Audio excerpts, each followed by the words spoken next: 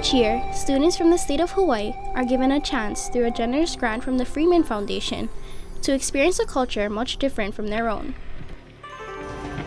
20 students from 16 public high schools went on a trip of a lifetime with the Pacific Asian Affairs Council, 2.5 weeks exploring and learning about all aspects of the Korean culture.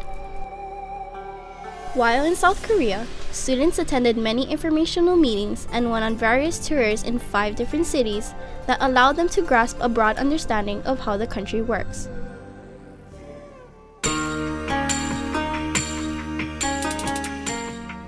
The group's first stop was at Korea's Demilitarized Zone, also known shortly as the DMZ, that runs along the 38th parallel, which divides Korea into its 2 parts. As the only divided country in the world, this high-security site exhibited the tension of the area as well as the relationship between the North and South. It's hard for me to believe that some barbed wire and a slab of concrete is all that separates North and South Korea. A house divided cannot stand. I think that's what makes the DMZ so sad. Until the fences are brought down and the soldiers step away, there can't be a unified Korea. Standing on such historic and tragic ground made such an impact on me. Now I can see how separate the 2 Koreas are. It's strange, but now I'm not as afraid of North Korea as I used to be.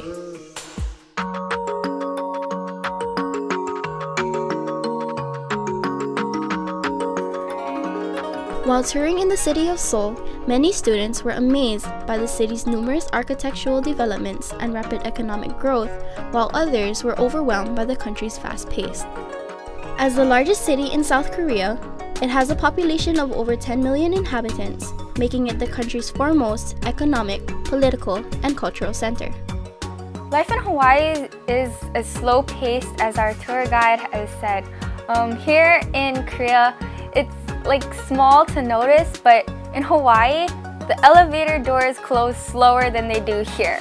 Like, you really have to hurry up and move, or else you're gonna get crushed, either by the people, the cars, the elevator doors.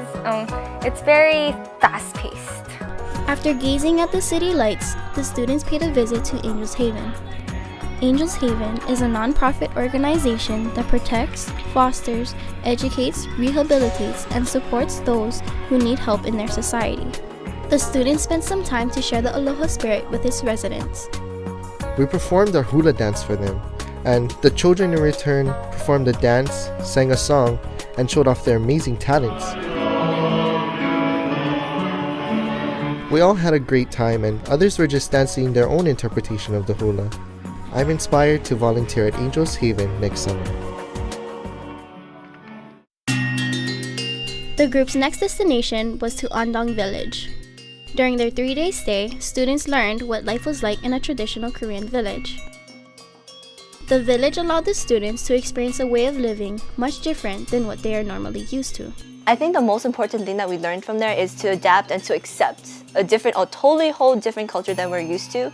I thought that everybody lived in big buildings in Korea, but it showed me that there are people that's still very traditional and that they still follow what their ancestors believed in. The village's atmosphere enabled students to be exposed to a side of South Korea away from the concrete jungles. Here, the students visited the Mask Museum and were able to witness many cultural traditions. Gyeongju was the group's next stop, approximately 300 kilometers away from Seoul. In Gyeongju, the group visited the Gyeongju National Museum to the Gokguksa Temple, where they had an overnight stay. Waking up at 4 a.m., taking part in Sanmundo training, and abiding by Buddhist rules proved challenging to most students. Well, during the training, I was determined to hold every position and try every kick. I knew inside that I was pushing myself and jumping out of my comfort zone. I learned that when you put yourself out there and you try, you won't wonder what would have happened. You have the satisfaction of knowing. And when you go into something new and scary with a positive attitude and can laugh at yourself when you mess up, it relieves some of the pressure. A new perspective can be taken on when you live inside something instead of glancing from a distance. When the students arrived in Busan, the group visited the Aloysius School for a full day of activities to interact with the students. Hi! The students at this school are orphans under the care of the Sisters of Mary. During their visit, the students made many cultural exchanges as well as lifelong relationships. They were also able to leave a gift for the students, $3,000 that were raised by the study tour participants before the trip. Making friends and spending time with the students at the Aloysius School made fundraising meaningful, knowing who the money would benefit. Teaching the kindergartners was definitely a challenge. We weren't so much teaching them, but we were trying to interact with them. Watermelon. And then the kids took us all outside to the playground, and that's where they really came out of their shell. And I'd have like 5 kids holding onto each hand and tugging me in different directions, and I just felt really happy and sad at the same time. Happy that I was there and that I was experiencing what it was like for these little kids, and happy that I could be there for them, because who knows how often like they'll get that kind of chance to see someone from outside the country, and they'll come in and spend time with them. I felt like I connected with a lot of the students there. I'm glad that we fundraised that much money for them. Many had difficulties breaking the language barrier. I was afraid that I wouldn't be able to interact with them because I couldn't speak Korean, and when I found out they could speak very little English, I was thinking, oh my gosh, we're gonna get nowhere. We're not gonna be able to talk about anything. But I felt accomplished when we figured out that we could use hand gestures and use simple words and simple things about each other's cultures to get far in conversation. The group's visit with the orphans in Busan created life-lasting impressions for everyone. Towards the end of their visit with the students at the orphanage, many had difficulties saying goodbye. At first, I never thought I would develop such a close relationship with them. Like, for example, when I only met them for a day, and when they were leaving, I was literally tearing. It's something that I never experienced before back in Hawaii. It was just really nice to feel like I did something good for such a good cause, that my hard work went somewhere. Thank you so much. Before leaving Busan, the group toured around the city and visited the immense Jagalchi fish market. People in the fish market, they work hard every day and fish. Yeah, Korean people are very hardworking people, and they are always moving and on a pace. After their 3-day stay in Busan, the students hopped on a high-speed rail back to Seoul, where they stayed for the last 4 days of the trip. The group's first stop back in Seoul was to the Gyeongbok Palace that dated back to the era of Korea's dynasties. After touring the palace, the group waited patiently for their pen pals to arrive one at a time.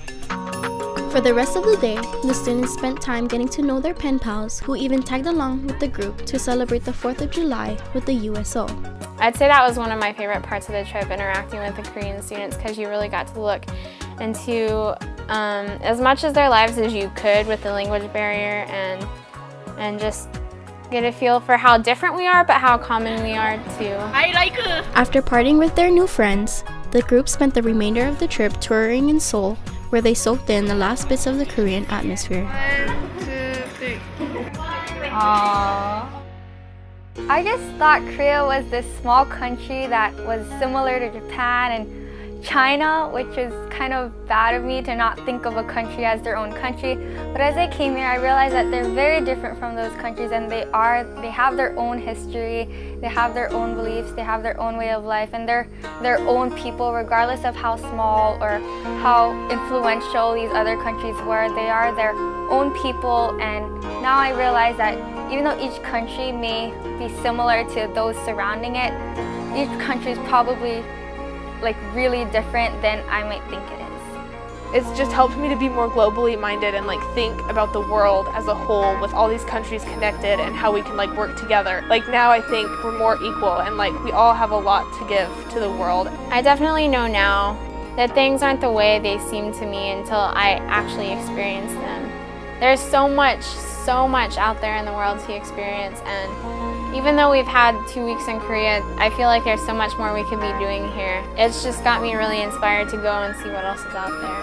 I feel like over the past 3 weeks, I've changed as a person so much, and I'm so grateful for the experience, and I think it's definitely made a landmark on my life. If anyone We're to have this opportunity or an opportunity to travel abroad or to study with someone totally different, whether it's in another state or another country, to do it. Because you never know what's out there if you don't go there. You can read about it, but you're not really gonna know. You can watch a video, but you're not really gonna know. And like, you have to see it for yourself. Everyone has their own experiences and interprets things differently. And if you want to grow as a person, I suggest you get out there every chance you can.